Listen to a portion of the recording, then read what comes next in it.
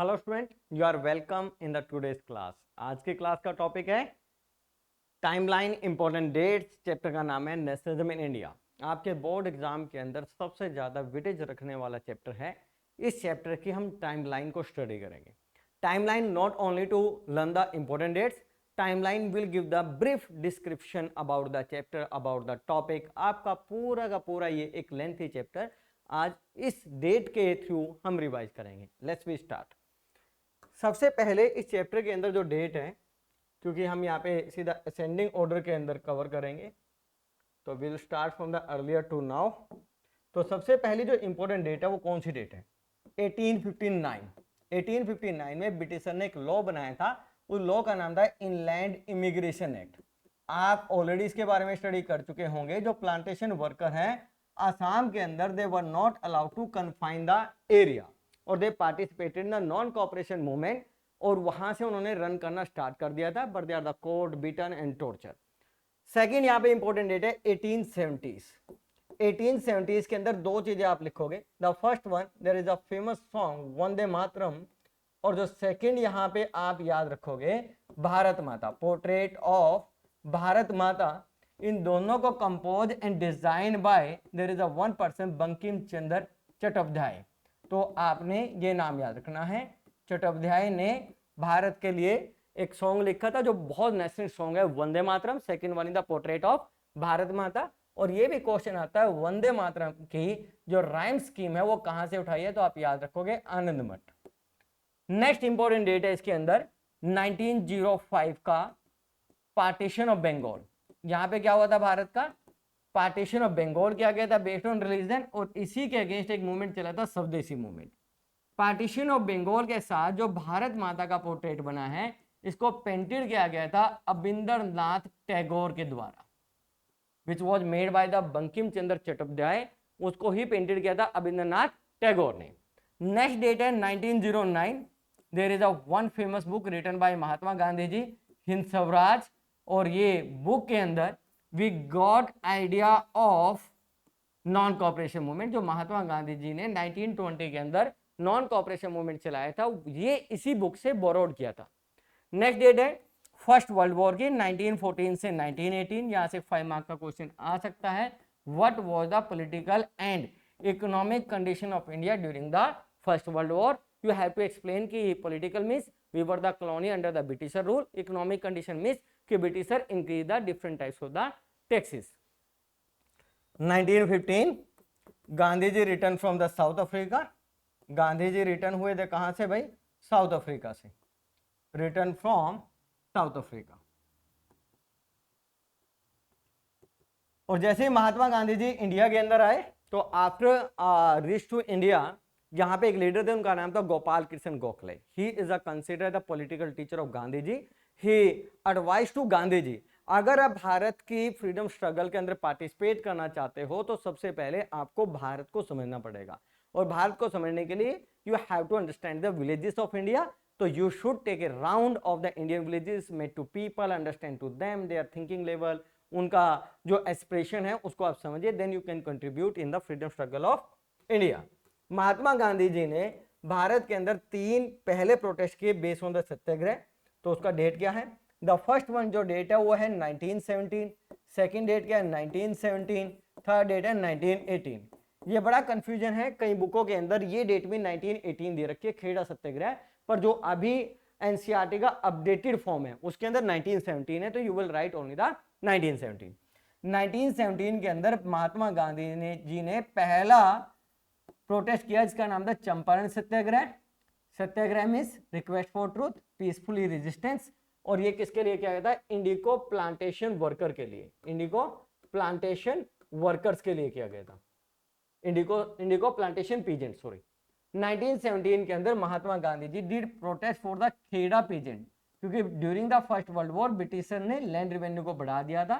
तो britisher due to the failure of monsoon, उनके पास इतने पैसे नहीं थे, इतने रिसोर्सेज नहीं थे कि वो टैक्स पे करे, तो इसलिए चाहते थे हमारा टैक्सेस कम होना चाहिए। 1918 के अंदर Mahatma Gandhi ji did satyagraha for the cotton mill workers in Ahmedabad. Cotton mill workers Ahmedabad के अंदर महात्मा गांधी जी ने प्रोटेस्ट किया, क्योंकि वर्कर दो चीजें चाहते थे, हमारी जो कंडीशन ऑफ वर्किंग है वो इंप्रूव होनी चाहिए और वेजेस क्या होने चाहिए, इंक्रीज होने चाहिए। देखिए डेट्स के साथ आपको इन्फॉर्मेशन लर्न करनी चाहिए, क्योंकि आप इस किसी भी सब्जेक्टिव आंसर के अंदर इन डेट्स को यूज कर सके। और डेट्स लिखने का मतलब क्या है, शुड बी करेक्ट, करेक्ट होनी चाहिए। और डेट को लर्न करने का तरीका क्या है, आपको इसकी इंफॉर्मेशन के साथ कोरिलेट करना पड़ेगा। नेक्स्ट डेट है हमारे पास 1919। 1919 के अंदर भारत में बहुत सारी चीजें हुई। सबसे पहली बार भारत के अंदर एक लॉ बना, इसका नाम था गवर्नमेंट एक्ट ऑफ इंडिया 1919।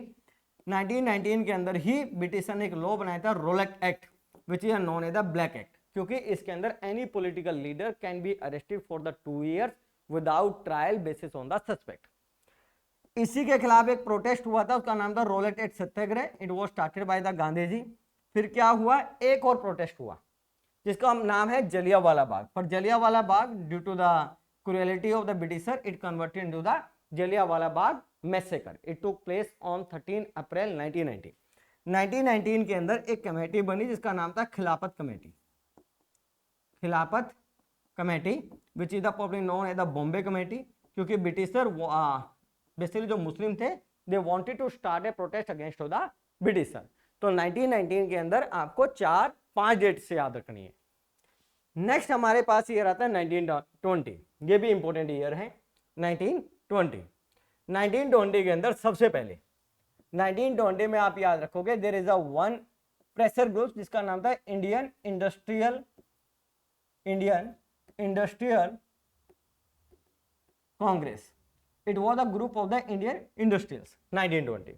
उसके अलावा क्या हुआ, 1920 के अंदर कांग्रेस के 2 सेशन हुए हैं। कांग्रेस के 2 सेशन हुए, पहला और दूसरा। पहला जो कांग्रेस का सेशन हुआ था it took place in the Calcutta. कहां पे हुआ है, कलकत्ता के अंदर। और ये किस मंथ में हुआ था, सितंबर के अंदर। इसके अंदर खिलाफत मूवमेंट के लिए कांग्रेस ने एक्सेप्ट कर लिया था, पर यहां पे जो नॉन कोऑपरेशन मूवमेंट है उसको पास नहीं किया था। उसके 2 बड़े कारण थे। पहली बात, कांग्रेस को यह लगता है कि जो एक्सपीरियंस ऑफ प्रोटेस्ट रहा है वो अच्छा नहीं रहा है due to the Rowlatt Act. जो रोलेट एक्ट के खिलाफ रोलेट एक्ट के दौरान जो जलियांवाला बाग मैसेकर हुआ था उसमें बहुत सारा मास किलिंग ऑफ पीपल हुआ। दूसरा पॉइंट यहां पे क्या बोलता है ये कि हम क्या नहीं करना चाहते, बॉयकॉट नहीं करना चाहते किसको, काउंसिल इलेक्शन। भारत के अंदर प्रोविंशियल इलेक्शन होते थे, उनको ये बॉयकॉट नहीं करना चाहते थे। फिर दूसरा सेशन कहां पे हुआ, नागपुर सेशन। तो नागपुर सेशन को आप 2 तरीके से याद रखोगे। पहला, Nagpur session took place in December 1920। इसके अंदर idea of NCM was accepted by Congress. और सेकंड वन, भारत के अंदर इंडिपेंडेंस के बाद क्या होंगे, लिंग्विस्टिक स्टेट्स होंगे। नेक्स्ट ईयर हमारे पास जो है वो है 1921। 1921 के अंदर क्या हुआ, 1921 के अंदर पहला और दूसरा। पहला क्या था, महात्मा गांधी जी ने एक फ्लैग बनाया था, उसका नाम था स्वराज फ्लैग। स्वराज फ्लैग के अंदर 3 कलर होते थे। पहला था रेड, दूसरा था व्हाइट और तीसरा था green. Red represent to Hindu, green represent to Muslim, white represent to the peace. 1922 के अंदर पहला जो मेन इवेंट हुआ है वो हुआ है called off the NCM, non compressive movement वो the called off due to the violence at the Chauri Chaura. Chauri Chaura कहां पे, गोरखपुर के अंदर। This question also can be asked in the map work के अंदर भी एक क्वेश्चन आपसे पूछा जा सकता है। 1923 के अंदर भारत में एक फेमस पॉलिटिकल पार्टी बनी, उस पॉलिटिकल पार्टी का नाम है Swaraj party. Swaraj party was form by the 2 senior leader of Congress. Congress के 2 सीनियर लीडर थे, एक का नाम है CR दास और दूसरे का नाम है मोतीलाल नेहरू, फादर ऑफ जेल नेहरू। इन दोनों ने मिलकर पॉलिटिकल पार्टी बनाई थी। क्यों बनाई थी, उनको यह लगता था कि जो गांधी जी अगर नॉन कोऑपरेटिव मूवमेंट को कंटिन्यू रखते तो भारत को इंडिपेंडेंस जल्दी मिल जाती।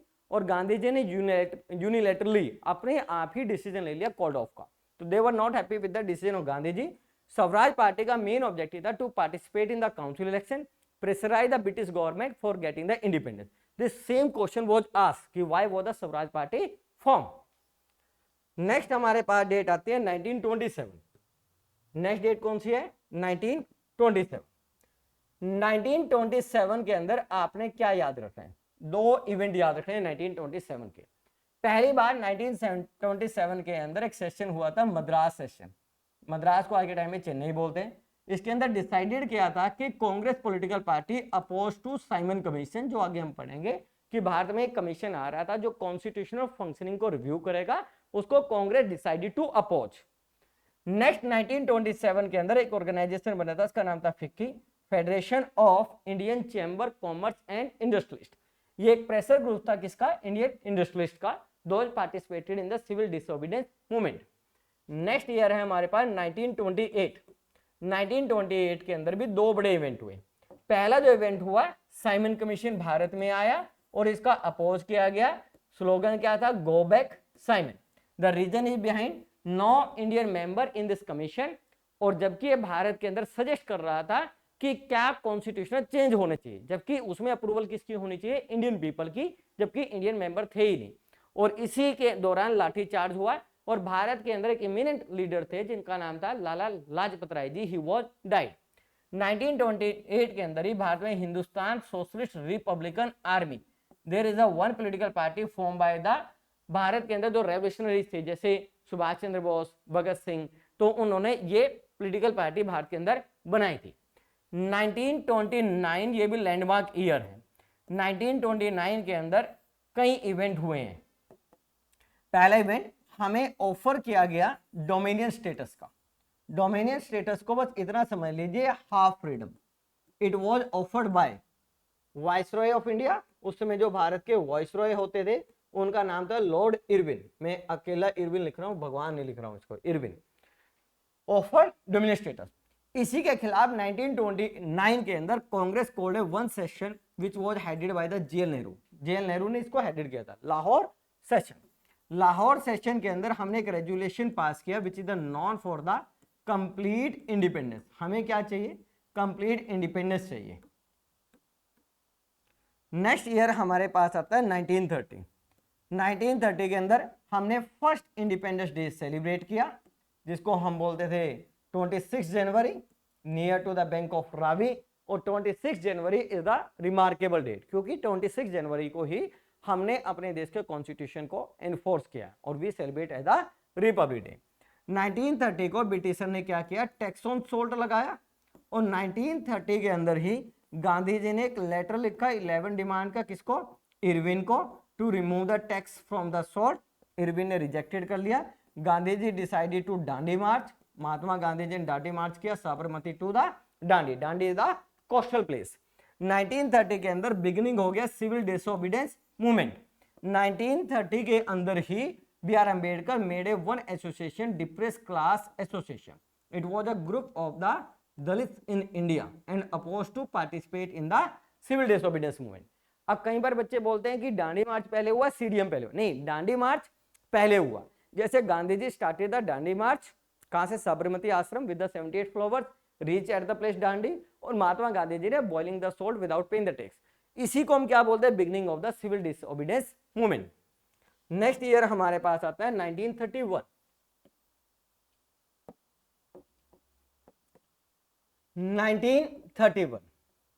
1931 में क्या हुआ, सबसे पहले गांधी इरविन पैक्ट। और गांधी इरविन पैक्ट का इंपॉर्टेंट क्वेश्चन है भाई, Gandhi Irwin pact was sign between Mahatma Gandhi ji and viceroy of India. इसमें तीन बातें बोल रही थी, Mahatma Gandhi ji, called off the CDM.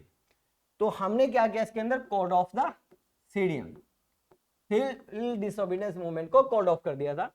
1930 के अंदर Indian leader participate in the second RTC. इसका मतलब ये हुआ, फर्स्ट आरटीसी कब हुई है, 1930 के अंदर, round table conference which was organised in the London.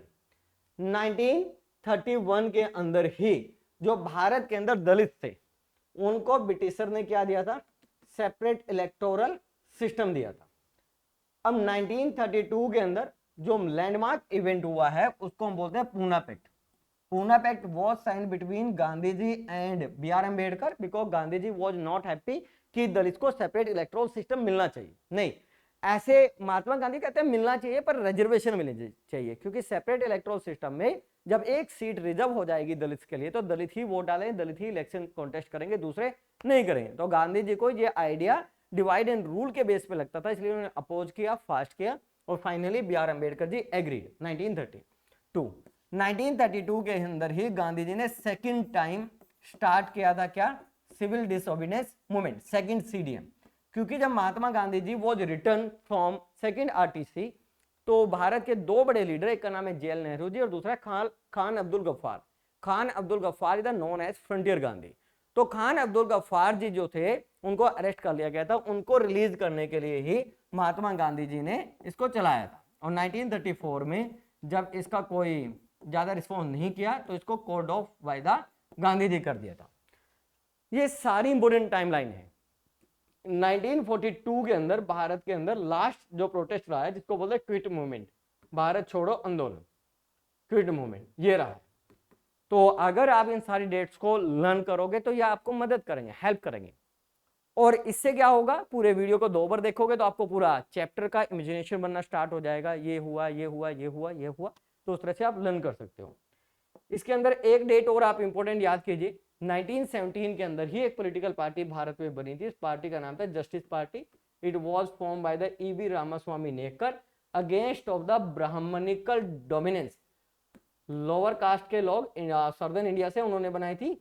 उनको लगता था भारत के अंदर बड़ा डोमिनेंस है किसका, ब्राह्मण्स का, उसके खिलाफ बनाई थी। और जस्टिस अकेली पॉलिटिकल पार्टी थी जिसने 1919 के जो काउंसिल इलेक्शन हुए थे उसके अंदर, 1920 के सॉरी काउंसिल इलेक्शन हुए थे उसके अंदर पार्टिसिपेट किए थे।